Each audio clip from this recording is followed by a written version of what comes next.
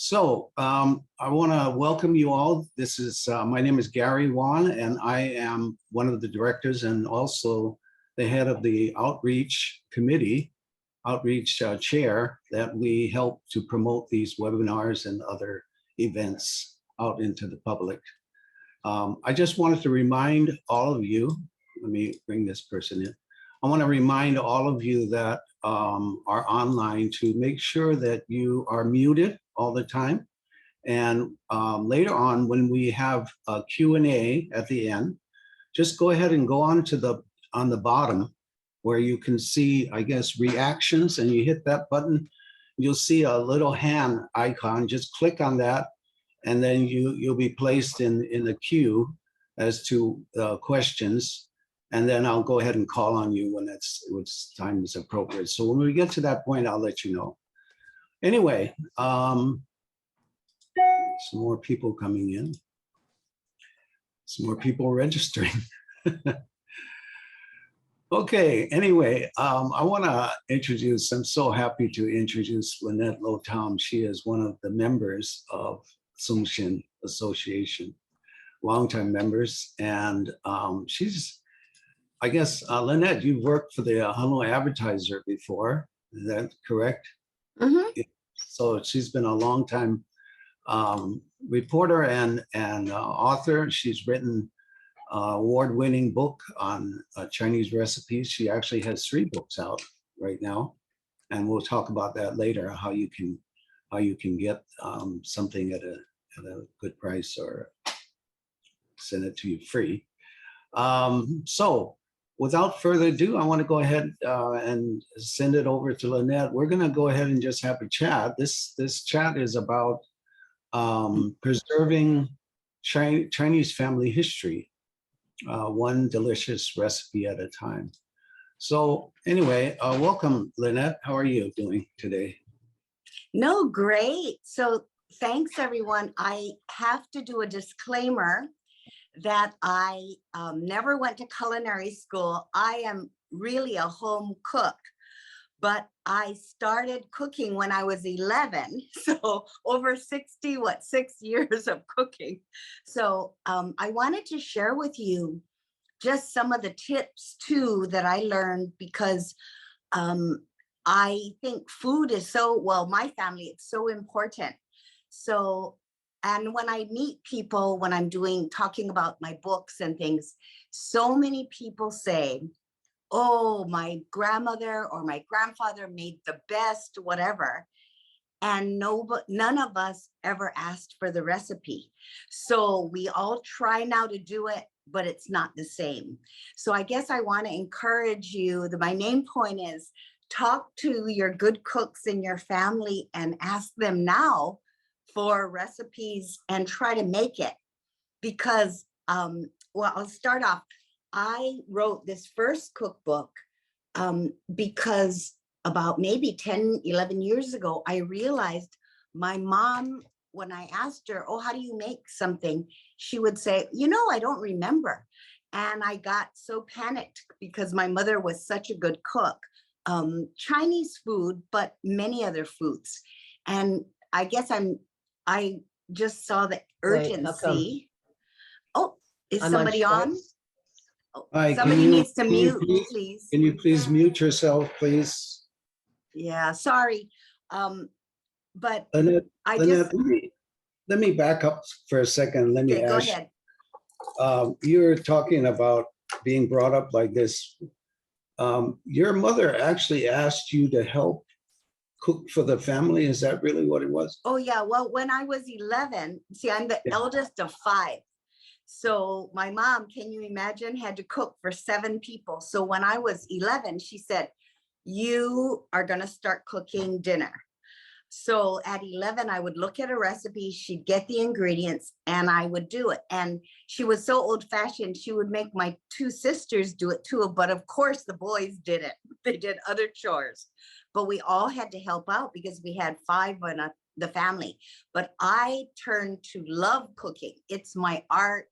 All I do is think about it. I mean, I laugh because my husband goes, I wish you like to do like clean the house as much as you like to cook. And I'm like, sorry, I'm in the kitchen. So I'm Well, very one-sided. before I get to that point about your passion, I'm curious. Did your mother cook it like, okay, you put this much soy sauce and you just go like that, and it's like how much, right? Yeah, How much no, is that so a when I teaspoon did or this, something?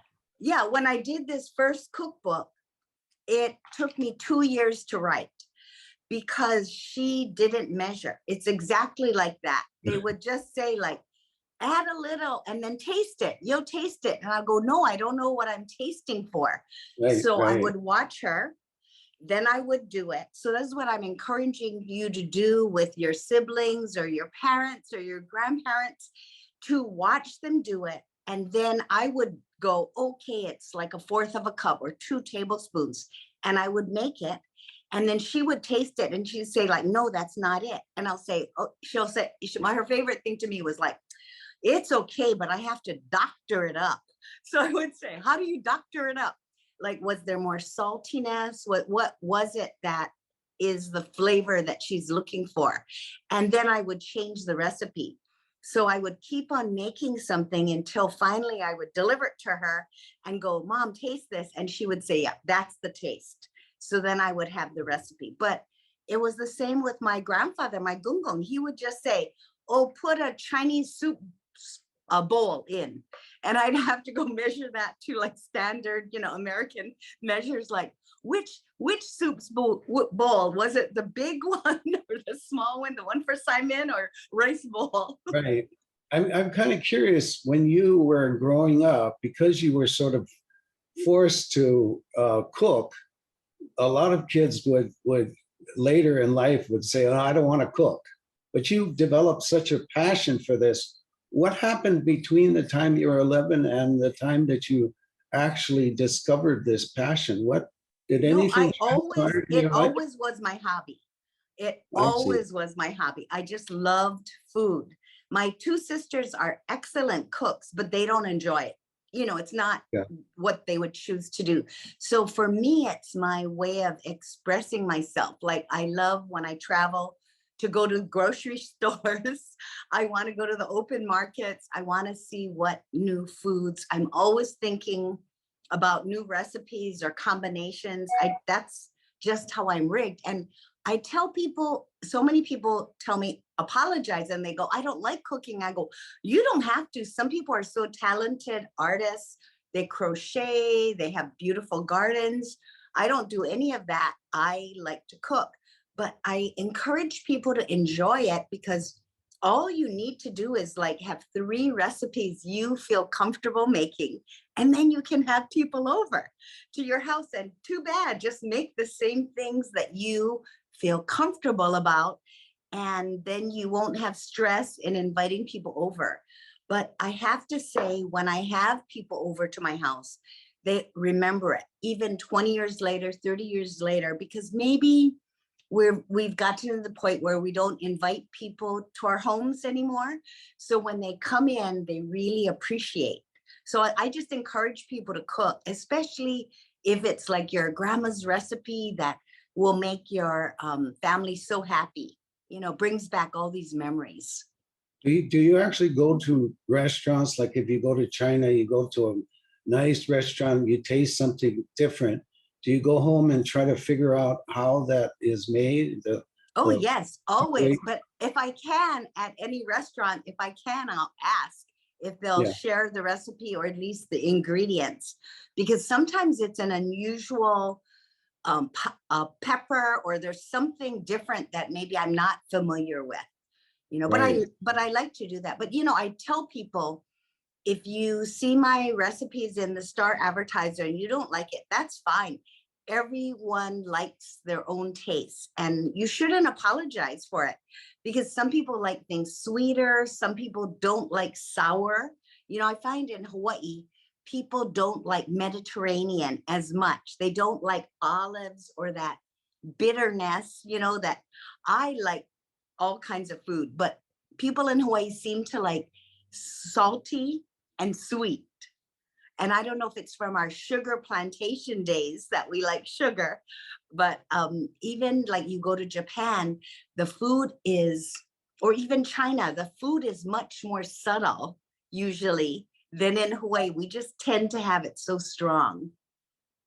So growing up, you ended up getting a job over at the advertiser first? No, I was an intern there one time. I did major in journalism, but I was with public radio, public television, Pacific Business News, and I did freelance. And then I kind of switched and did public relations for like 25 years, is the flip side of journalism. And then about how many years ago, when my mom started saying, oh, I don't remember how to make that, I thought I better stop everything. And luckily my husband supported me so I could go part-time at work, my company, Bright Light Marketing. And then I just started working on the cookbook. And luckily the Star Advertiser heard that I was writing a cookbook for my mother. So they said, Lynette, we need a Chinese version. You see, they were doing like a series of Chinese, Okinawan, Korean, you know, the different ethnic groups. So they said, can you just give us the Chinese recipes from your mom? So that's what I did. And luckily people seem to respond to it. And poor things, if you get this book, you're going to find out all about Hakka in Hawaii, Chinese, because my dad is Hakka and my mom is Lungdu, which is another village, you know. And Hakka people were northern Chinese that kept on getting kicked out of different places in China, and they ended up in the general area, you know, Guangdong. But so they have some specific foods that are Hakka, but here in Hawaii, you know, we don't know that it's Hakka because things are so mixed, I think. You know, and food always adapts. Everything adapts, yeah. Can you sort of give us an idea of what the characteristics of Hakka is versus Cantonese? You probably have to talk to someone like Linda A, who wrote the Hakka cookbook, about more of an expertise. But I know there are certain dishes that are considered Hakka, such as like stuffed tofu that's steamed with either maybe shrimp and pork, and then has like a light gravy. That's considered very Hakka. And then like my popo, the Hakka one, her favorite soup that she used to make, but see, I don't know if it's Hakka or she just, because it was Cantonese, she would have lotus root and the broth would be pork and squid, which is very, or, you know, like dried squid. And it would be like a fishy, porky base, but it had the lotus root. Yeah. So I think some things are mixed because the Kaka were forced down into a terrible area. You know, they were pretty much just like always the outcasts. So they were given the really hilly areas that were hard to find, farm. So I think they're good survivors. They're just really good survivors, you know, so they're just hard workers. Right. And I understand because they were sort of nomads all the time that they had to salt a lot of their chicken and other things. And so that's where a lot of that came from. And interestingly enough, you know, I think you and I are almost similar because my father is Hakka on that side. My mother was born in San Francisco. She's Samyap Cantonese on that side. So when my mother used to do the cooking, it was kind of a mixture between what my father was telling her that, you know, his mother taught him how to make. And food changes too. You know, it changes. Like in Hawaii, if they couldn't get Chinese taro, I'm sure they would use Hawaiian taro, or they would use potatoes, because it's just like, what do you have? And you have to make it. So food is going to evolve too for what people have. And then somebody may like the Hawaiian taro texture better and say, oh, I like this more. And that becomes the family recipe. So I wanted to just encourage everyone to get your family recipes now while you can. And I'll give you an example. My auntie Ethel Ching would always make the best old-fashioned pound cake for our family. And when she passed, she had given me the recipe, and I kept on making it, and it was like raw inside. Always, I would just keep on trying until one of her daughter-in-laws told me, "Oh, Linny, she used to stop it, but leave the oven ajar and leave it in another hour." And that wasn't in the recipe. She probably just figured that out. And now that I do that, it works. So anyway, that's in my second cookbook back in the day that has all kinds of other recipes from the family that weren't Chinese. But things like that, if you don't do it when your relative is alive, you can't ask them, like, why did you add that before or after? That kind of thing. So how would you suggest people get into writing their own cookbook, or sort of putting this down either on paper or videotaping, or Oh, what do yeah. you suggest I them? would say, well, nowadays you could just video one of your relatives doing it and watch it later. But really, it will take some time, but do it. Just watch them get the ingredients that they tell you and just do it and see how they do it. And just write it down as best you can. I had to do it several times just because I would say, what kind of brown sugar? Did you use the Chinese slab sugar, or did you use dark brown sugar or light brown? Because that really makes a difference. Ask them too, is there a brand that you use? Take a picture of it, because even the vinegars taste different, and then the finished product will be different. But just write it down. If you're going to do a longer, a big cookbook, then you might want to standardize your measurements, such as you can copy any cookbook you find.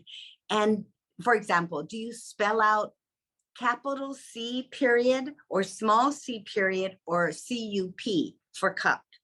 How do you want to do teaspoons, tablespoons? Just things like that, because then when people read your cookbook, it's standard. I laugh because some of the old community cookbooks that I have, they say, oh, use tomato sauce, the small can. And if it was like from 50 years ago, it's a different size can. So really try to put like one, 8-ounce or something like that, so that you feel your family, maybe 2 generations later, can copy your recipe. But I would just say start.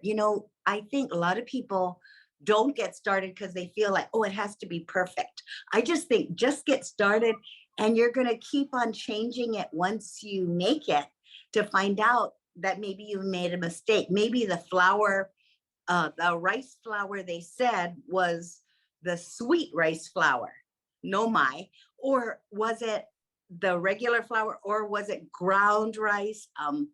Did you use long grain rice, short grain rice, medium grain rice? So I just feel like just start, and then every time you make it, you can add notes. Was your grandparents still alive when you were growing up? I mean, Yes. So my Hakka grandmother, Louise Hollow, I remember going into her small kitchen in Makiki, and she had a tree trunk cutting board. I don't know if you guys remember that, where it was round and it was a tree trunk.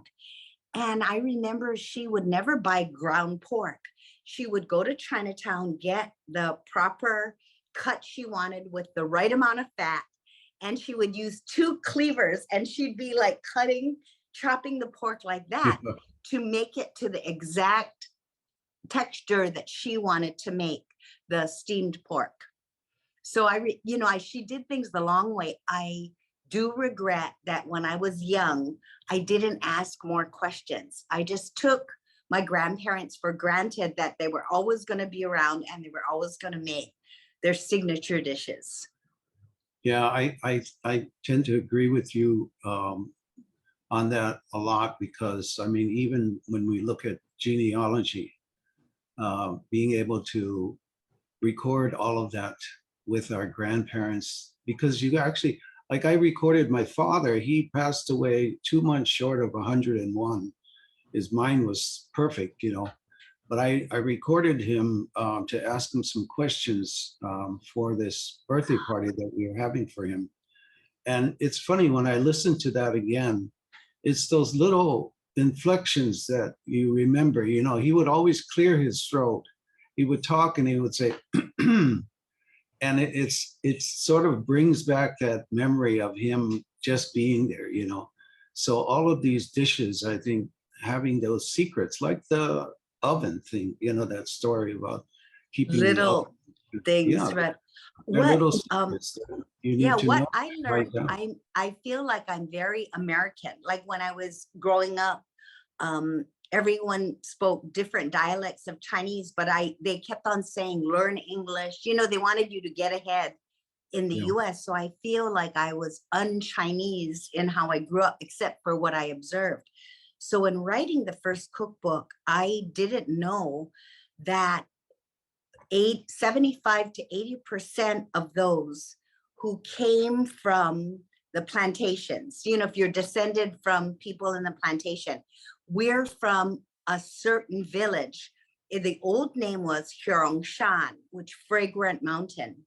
Now it's called Zhongshan, named after a nickname for Sun Yat-sen. So our food in Hawaii is very Zhongshan food. So if you go there to like where the Sun Yat-sen Museum is, it's amazing. You'll see like plastic pictures of koyuk with taro that we make here. And that's like from 100 years ago. And that's why people who go to LA or New York or San Francisco, and you're looking for the Chinese food we know here, you're not going to find it. I mean, it's different because people are from different villages, but we are, and probably the most common one is like Toisan, you know, so our village, you know, we're descendants from there. It's a distinct kind of food. So it's so funny. The one dish that I found in Hawaii that's unique to Hawaii is our cake noodle. Right. So a lot of other places, if you go to like New York and you ask for cake noodle, they'll start laughing at you. Like, what is that? But we have it, we use saimin noodles, which is a mix of Japanese, Chinese, and we fry it and we want it crispy on the outside, thick as you can, and soft in the middle. So they have in China double fried noodles, and you know, Hong Kong style, it'll be totally crispy, but it'll be a thinner noodle. But our cake noodle is unique. Yeah, I noticed that when I traveled through California, I used to live in Los Angeles. The noodles, when you order chow mein, was different every place. One would have gravy, the other one would be just pan fried with a little oil, you know, and mostly dry and things. And I know in San Francisco, they used to have the noodles were a little thicker and, Funny you know, how, so chewy. every village, right? And so that's why I think food keeps on evolving too. So like if your children want this a certain way or another thing, you adapt, and then that becomes your family recipe. So I really think there's no embarrassment about it. You know, it's just if you want to keep your family's style, then you better write it down or make it for them, you know, so you keep it alive. Yeah, yeah. And I think now with iPhones and phones where you can just record somebody easily and you can hear them explain Right. everything, right? Yeah. It Right. makes So it I just easy. wanted to say a little, I happened to write a third one, co-write it, because my wonderful editor Muriel Mura passed away. And for 10 years, she was telling me, oh, I need to write a dim sum cookbook for my children, my grandchildren. So when she passed away, I helped finish the dim sum cookbook. And of course, I want you to buy it. But let me tell you, it's so much easier to go to a dim sum restaurant because then you can order many different things. If you're going to make one of the things, that's all you're going to have that day. So many of the steps take, you know, how many steps to complete. I would say go to a dim sum restaurant and enjoy it. But it's interesting to do, and I finished it for her. But I just think there's it's too much work. Yeah. On your first book, you have over what 100 recipes in there. Yes, yes. And what's that? Is that all Chinese recipes, or is there a All mixture? Chinese recipes. And it was Okay. funny because when they told me my deadline was, December 1 the year before, and I turned it in and I was so exhausted. And then they told me, great start, Lynette. And I went, what do you mean great start? And they said, oh, you don't have the popular Northern recipes. And I said, that's because my family's not Northern, but they go, but we need green onion pancakes, Mongolian beef, salt, pepper, shrimp, or calamari. They wanted all these popular dishes, even if that's not Hawaii normally culture. So I had to research and practice and do some more foods. Yeah. Right, right. And then your second book, is that a mixture of different kinds of Yeah. Well, I had told you I started recipes? collecting my mom's recipes, but the Star Advertiser only wanted her Chinese ones. So the second book back in the day is just like what I grew up with. And then so many of her friends were good cooks. So they contributed recipes too, or I had asked them like, oh, Auntie Priscilla, how did you make that? That was so good. You would bring to parties. So it's more just like when I grew up in the 50s and in the 60s, like old fashioned kind of food.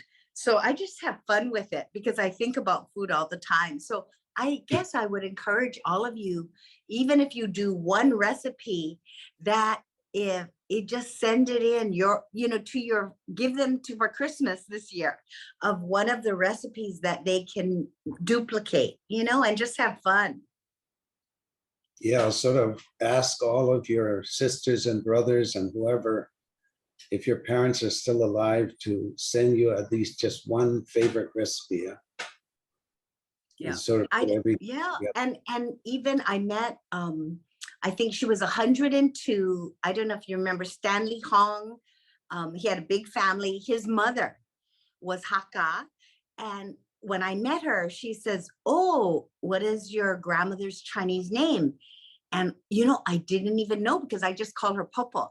And I go, oh, I think it was Gim, like gold, a Gim. She goes, oh, yeah, your grandmother.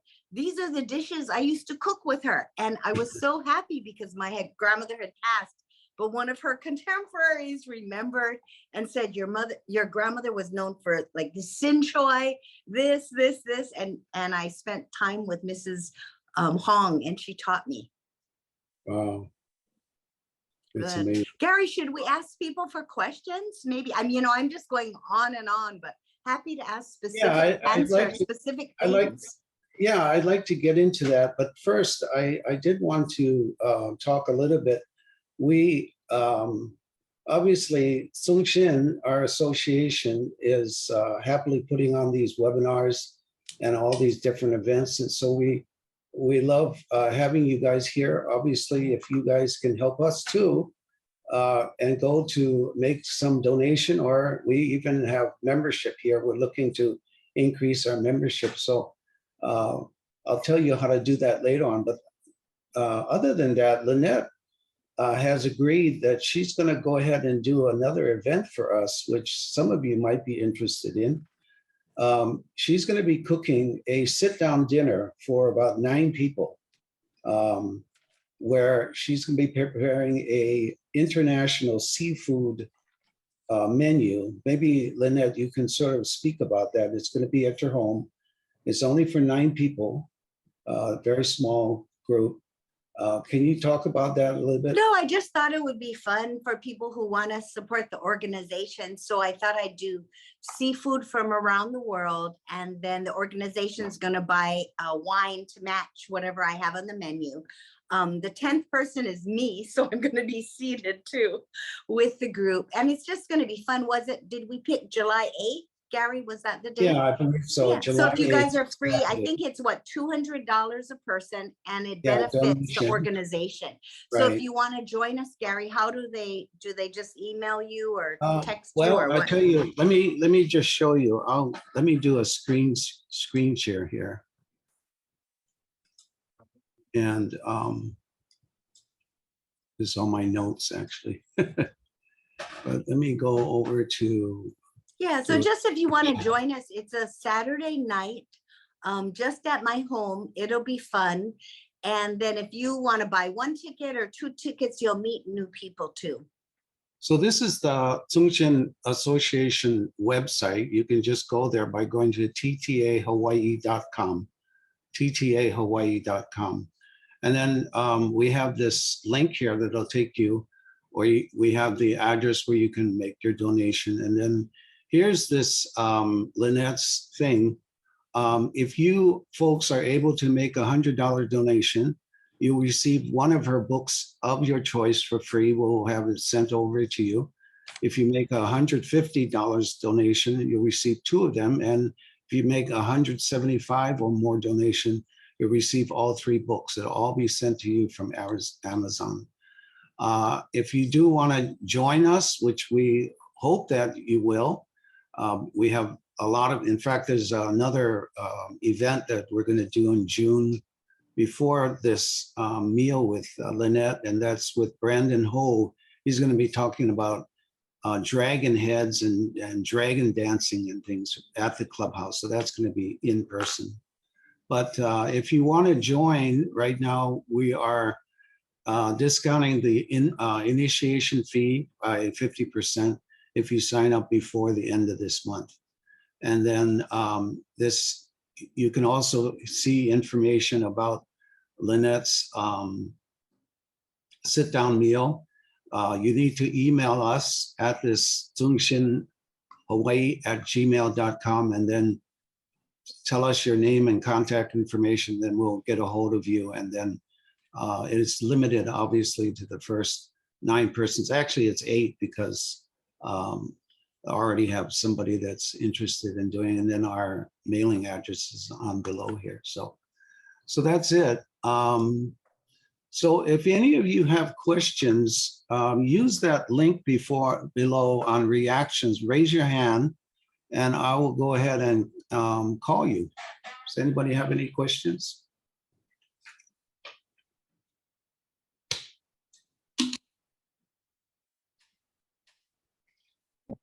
What is the date of the dinner? July 8th, it's a What- Saturday. We thought it would be good to have a date just because then people say I'm in town or not. It's July 8th. It'll be a dinner at my home. Thank you. So does anyone have any questions for Lynette on the basis of the webinar, the book, and on how to go ahead and record all of these recipes, or any other questions about? Otherwise, I can just keep on telling you things that I learned. So it's interesting. One, I think it's a fallacy. I have to research it more. But you know how everybody says, oh, everybody was out in the field eating all the different foods, and that's why we have a mixed plate. I think that is true for the other ethnic groups. But remember the Chinese who were recruited to work, from Zhongshan to come here. The minute that their contract expired, which was 3 to 5 years, half of them went back to China. The other half stayed, and they were not allowed to bring their wives. Other ethnic groups were allowed to bring their wives. So many of them relocated to easier jobs. Many moved back to Honolulu. They moved off the plantation. So when people say, oh, it's a mixed plate because everybody shared, that might be true, but I feel most of the Chinese had left already. And then the second group was Japanese, so it went in order. So people were sharing in the fields, but the Chinese they had cooks. They didn't have wives who traditionally cooked. So it was a very different setup. And, the more you learn, the sugar plantations wanted to make a lot of money. So they brought in all the poorest groups from around the world. See, I feel that, and they brought them in and they separated them by camps so they wouldn't unionize and go against the owners.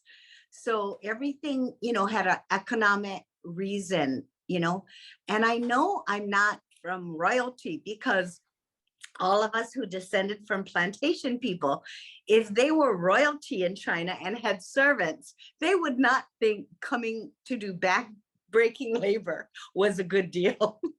Things were really rough in China. They were probably starving. There was a lot of corruption, where a government official could just come to your house and take whatever food you had grown. So things probably were pretty bad for our ancestors to want to move to Hawaii, but also people lied. They probably said, oh, come here and in 2 years you can buy a house for your family and it'll be fun. Lynette, I know that you have been taking some classes and other things on some other types of cuisine. Can you sort of talk about that a little bit? Oh, no, I just love to cook. So anybody who wants to show me recipes, I do it. And every time I travel, I try to take a cooking class somewhere. So I've done them in Bali, Korea, Spain, Italy, France. I mean, so wherever I travel to, I really like learning the different styles, but that's just my personal interest. So I do that and I see how the methods are different. Even in China, I was lucky enough to research the cookbook and got to go into different restaurant kitchens to see the different methods. And then they actually show you the actual spice too, because that's slightly different, right? And it's different, but I have to say that the Chinese were very sustainable before it became popular. They were so poor, they figured out how to make food out of everything. So that's why Gary was referring to like the salted meats, before refrigeration. If you killed an animal, you had to figure out a way to preserve it. So you would eat it fresh, but also you would salt it. So, like we have lap yuk, lap chong, all the salted preserved things. And they would do that with vegetables too. They never would throw away vegetables. I know that from my understanding, talking to a lot of people, is that because the Hakka people had moved around a lot, they are in places like Tahiti and Fiji and Cuba and all over the world, and they brought their cuisine there. I think it was someone told me that in Tahiti, the business language is actually Hakka. It's not Cantonese like it is in many places. Oh, that's funny. I don't know, but I know if anyone goes to Tahiti, they have the best hamu, the best salt fish. They make the best salt fish in the world. So if you go to Tahiti, go to a market and look for the salt fish there. Well, that's interesting. I see we have a question. I don't know how to retrieve it. Someone's typing questions. Oh, let's see. Can you read it? Nope. Let me see. I need my glasses here. Question. No, but anyway, do you have any recipes for white fungus? Oh, I love to use that. That's an interesting thing. Chinese, and I guess all of Asia, we love texture. So things like white fungus, it doesn't have a taste, and any of the funguses, but we like the texture, where Americans would go like, what is that for? It doesn't have a flavor. But I know in China, they use it as dessert, but I like to use it, especially in soup, like a winter melon soup or any kind of clear soup. I just clean it. The bottom's usually a little dirty, soak it, and then add it into soups for interesting crunch. So I love that. And like I said, in China, they will add it to sweeter desserts for a little crunch also. I was told that there are some people with their hand raised. Oh, Jeannie here. Jeannie, you don't have your video up. That's why I guess I didn't see that. But do you want to put yourself on video and then unmute yourself and ask your question? I can actually ask the question right away. You brought up the thing about the Hamyu, and you said the best is in, what did you say, Tahiti? So I'm not likely to go to Tahiti. I did buy several recently for a friend who lives in another state. I have no clue how to buy it, and they come in all different prices. So how do you Oh. buy it, and Yeah, how do well, you you know, even okay, cut so it up and use it? one thing is wherever you go in probably Chinatown to get it, ask them, you know, if you don't speak Chinese. See, I barely speak any Chinese, you know, I always laugh and I say I barely speak English, you know, but one place on Hotel Street is Sun Chong. They're very helpful there. They will explain the differences, and the family with the daughters, they speak good English and you can ask them. But I know if I have anyone going to Tahiti, I tell them to bring back the dried fish for me, the salted fish. It is really good. Even they have different versions. Some it's our traditional dried, and nowadays it's vacuum packed and it doesn't smell. You can bring it back.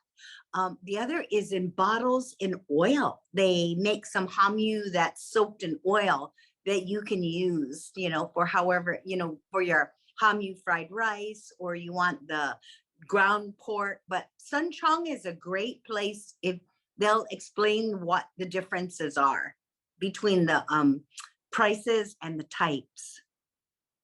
Okay, my problem is well, not a problem, but I live in San Francisco and I'm nowhere near Hawaii. So people well, where you I have buy, even better choices in San Francisco. the problem They is not have having the fabulous choice. The problem is markets. knowing what to buy. Yeah. So I Yeah. just bought 3 different kinds, and they're not cheap. They're expensive. But you know, you wait. just need very little for that because it's such a strong flavor.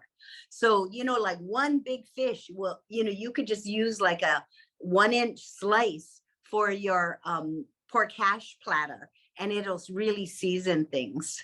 My grandmother used to always combine it with sliced ginger. I think that's probably, you know, a traditional way to offset the fishiness is with ginger. Okay. Thank Good you. luck. Thank you. And I want to say thank you, Stanley, for noting that people have had their hand up. I can only see what's if they have their video on, I think, with their hand up, but now I'm looking on the right-hand side where I can see little hands, but I don't see any hands right now. But if anybody else has a question, you can go ahead and unmute yourself and ask that question. I have another question. Sorry, this is Jeannie again. I recently bought the dried scallops, and I mean, those are dried scallops, depending on what you buy, it's like $100 a pound. And I think after I used it to make winter melon soup. After I made the soup, I don't think my nephew liked it. And he asked me about that flavor. He says, "What is that flavor?" And I figured out that that flavor was the dried scallop, which is pretty strong. And he commented. So how do you even cook with dried scallop now? Well, one hint is, you know, in China or Hong Kong, they sell the big ones, and that is to be rehydrated, and you want to serve it whole. So save money wherever you buy dried scallops. If you're going to be using it for soup, ask them for the broken ones, which is so much cheaper. You know, so they'll have the discards of the, you know, it's all broken, but you're going to be using it for soup. So it doesn't matter. So yeah, save money, use the big ones or the whole ones to serve. Their different recipes where you might have it simmered, but I love the flavor. But I guess it's maybe too strong for some people. But yeah, but save money if you're going to use it for soup. Ask for the shredded ones, you know, the discards. It'll save you money. Thank you. It's a good idea, Lynette. So I'm just going to tell people that many of the vegetables and fruits that we consider Hawaiian or, in Hawaii, are commonplace, were brought over by the Chinese. Of course, you can imagine, right? The climate is similar, from southern China. So they brought in the lychee, the lungan, lots of the bok choy, they brought over favorite vegetables too. And so I think the original lychee tree is where the old chunhon used to be. There's still that tree in the middle of that shopping center. What is it? Walgreens now.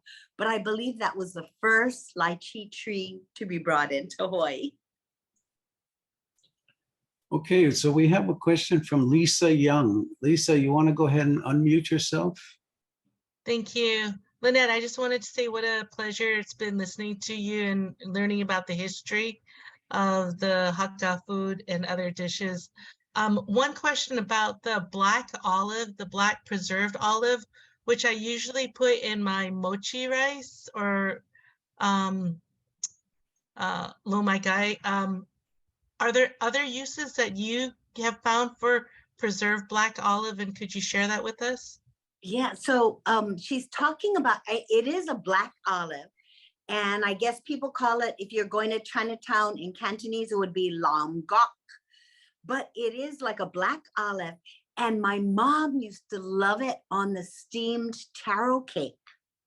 Like in dim sum houses. So you would put it, and on the top, there might be like dried shrimp and char siu and green onions and, Chinese parsley and that lam gok. It has a saltiness. And I just bought some for Chef Sheldon Simeon because he was making taro cakes in Hilo. So I was going to go over there and I said, you got to add this. And he didn't know. And he said, oh, it makes all the difference. It adds a complexity to it. So I bet you could probably use it in even chook, or anything, because it does have a distinct taste. It's almost like a meaty taste. So maybe for vegetarians too, I would be thinking that would be a good substitute. For your vegan or vegetarian friends, instead of meat, you go, oh, top it with some of that black olive. I know there's so many things to explore. Like I don't know how to cook all the different, like, what do you call it? The fish bladders, like in soup, that sponginess. And when I go, there's so many types too. So I think part of it's just buying it and experimenting, and seeing what you liked, but like, again, that fish bladder has like a spongy taste in soups. And if you go around the world and you have it, it's like, oh, what do they call it? Fish maw. I guess they also call it MAW. Yeah, I'm kind of curious, Lynette, have you ever come across something where when you had it for, to eat, that you were just completely surprised and just had to, Yes, I had this when I was in Hong Kong and researching my first cookbook. I got served this delicious white thing, and it tasted like seafood, and it was a little spongy, and it was just delicious. And I thought, I have never tasted this before. And you know what it was? The Pomelo Bullock. They use that white pith. And I told you, Chinese save everything. They took it, they simmered it in like a seafood broth, maybe that scallop broth, and they served it as a dish. So the white pith, when you peel your bullock, they made a dish out of that. That was shocking to me. Wow. But, I'm adventurous too. Like, I like all the gizzards, the innards. I mean, I love that juk that had my gung used to make with like intestines and liver and all. I just love that. but I'm more adventurous. You know, people now are like, oh, don't even show me the fish head. And I'll go, oh, it's good luck. You have to have the fish, the head and the tail for good luck. But people are squeamish now. Yeah, that's true. Lisa, did you have another question, or I noticed your hand is still up? Did you have I another? do. I have I'm just excited that we have an expert here who can No, help me. no, I'm just a Um, home cook, but I think about it all the time.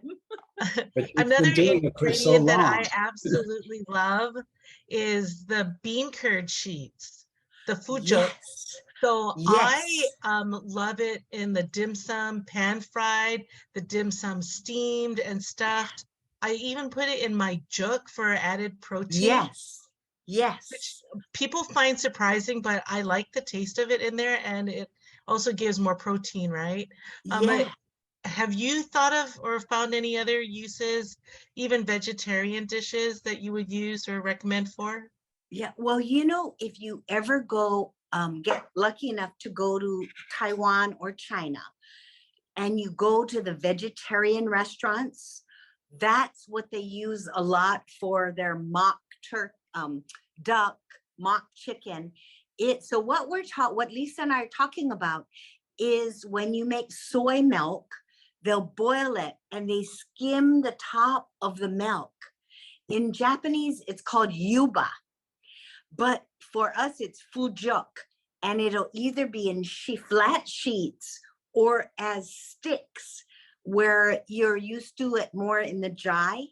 But yes, it's fabulous, and you can buy it frozen in Chinatown, where it's the sheets that you can ply more, like for dim sum things. But most of us buy the cheaper, dry, different brands, and you just rehydrate it in water, and then it absorbs any sauce you have. So it's a wonderful protein and just, again, texture that's distinct and good for you. So yeah, my gung that he would always put that in juk. Did that answer your question? Thank you. Yes, thank you very much.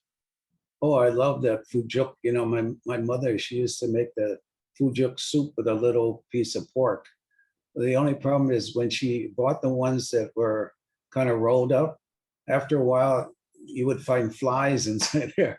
Yeah, you know what? That is from so long ago.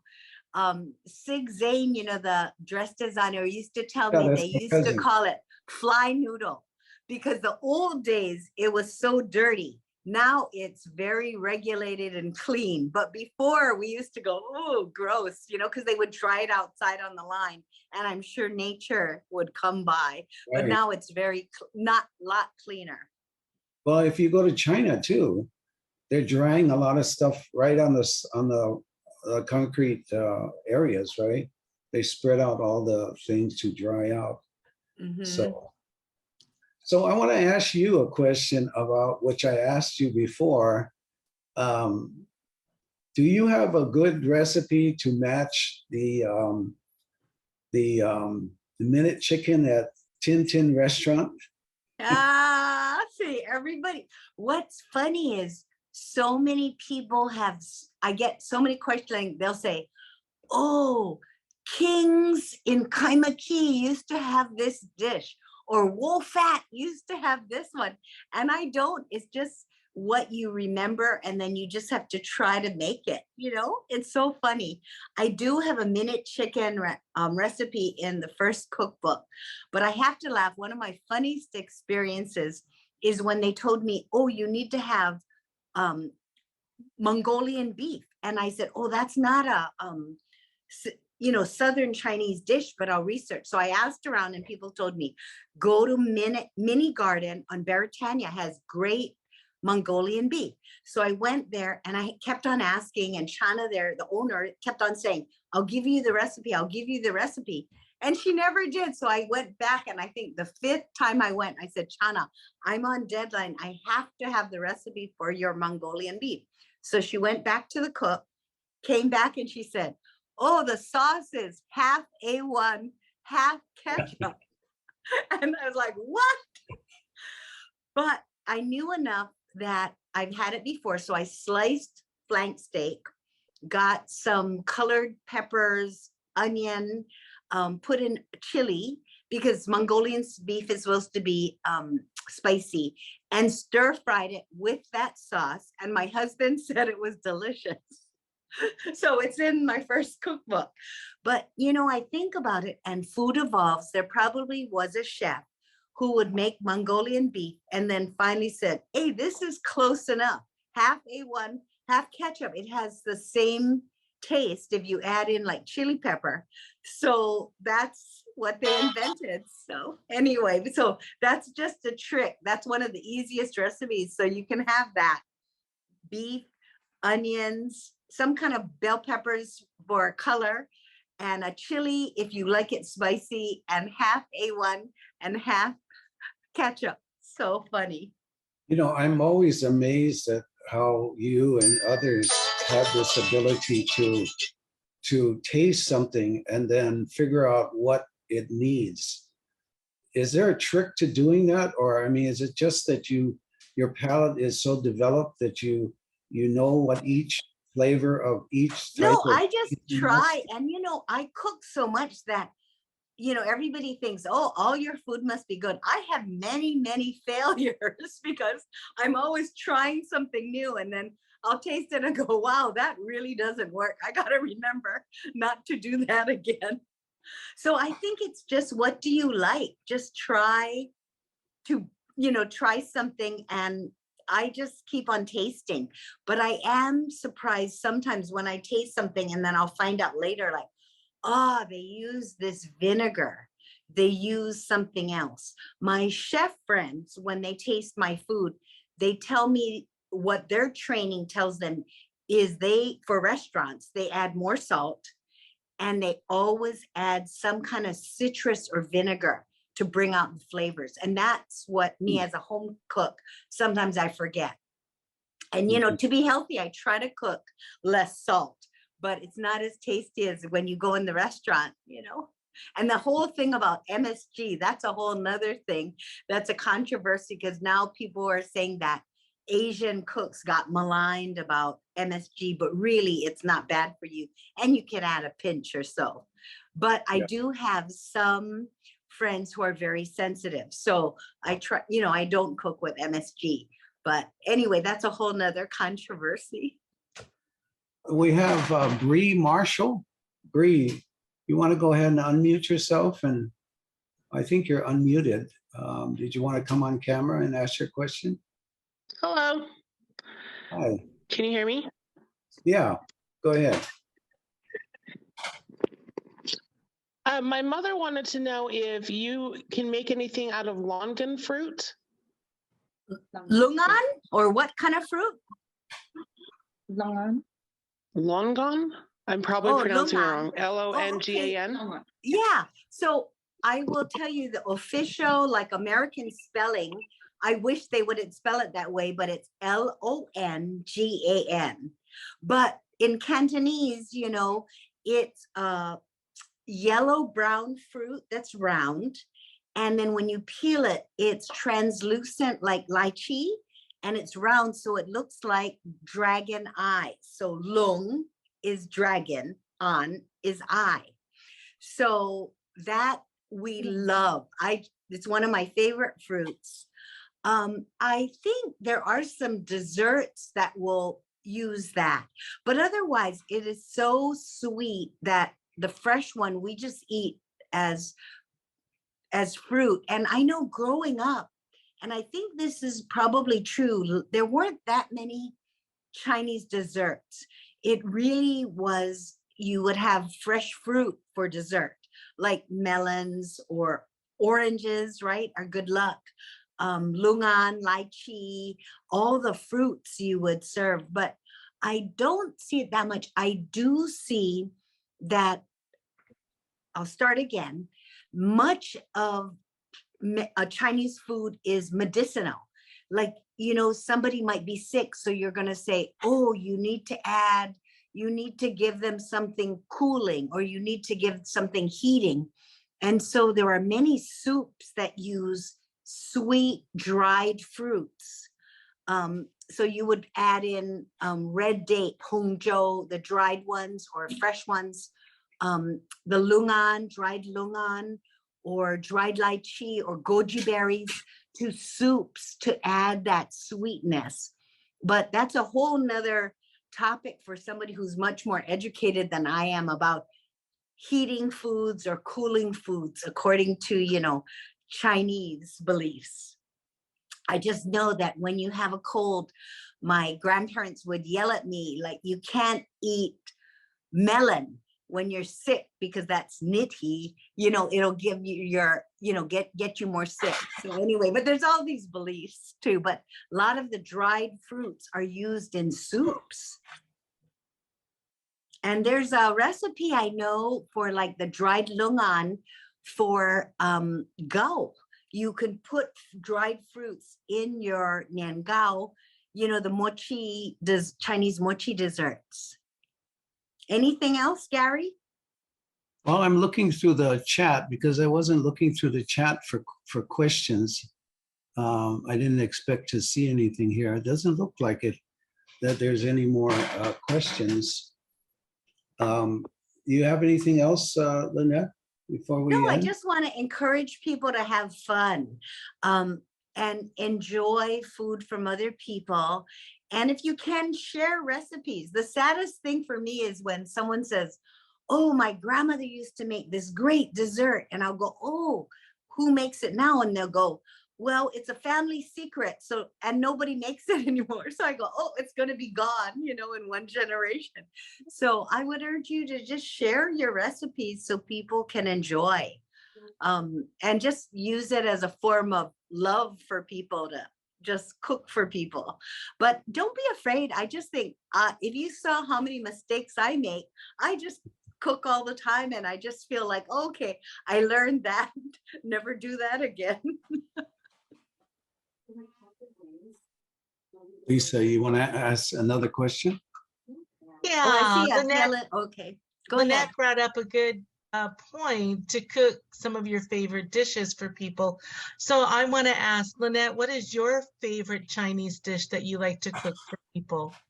Oh, well, you know, it's hard. I mean, it's hard to choose one dish, but my mom, her comfort food now at her stage of her life, she loves when I make juk for her or soups.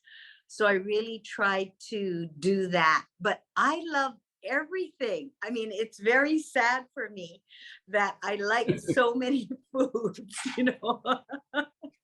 In fact, my husband teases me because if we go to a Chinese restaurant, like, you know, in San Francisco or New York, I will order, he calls it the loser dinner, because I just want to order the most unique or unusual thing they have.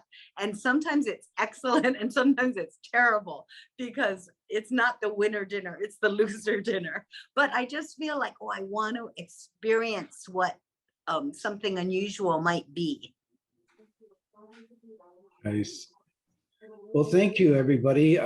Just a reminder, if you folks want to help our organization by either joining it or donating, just go to tpahawaii.com and you can find all the information, including this special dinner with Lynette that's happening in July, on July 8th, right?